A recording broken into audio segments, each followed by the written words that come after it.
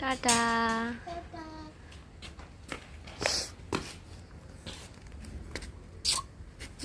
ছেলে স্কুলে যাওয়ার পরে আমি ঝটপট করে রান্না বসিয়ে দিয়েছি।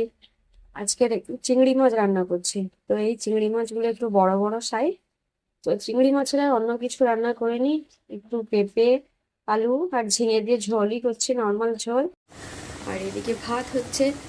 আরও আমাকে একটা তরকারি করতে হবে, ছেলের টিফিন তৈরি করতে হবে, তারপর আবার রেডি হয়ে যেতে হবে।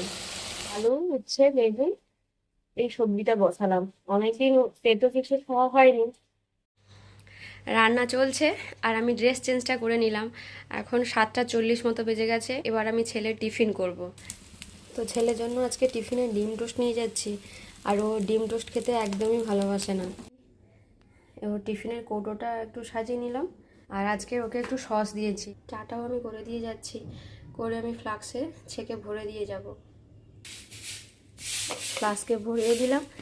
এবার ফ্লাক্সটা বন্ধ করে দিই। আর এদিকে আমিও রেডি। এখন বাজে 7:54 মতো।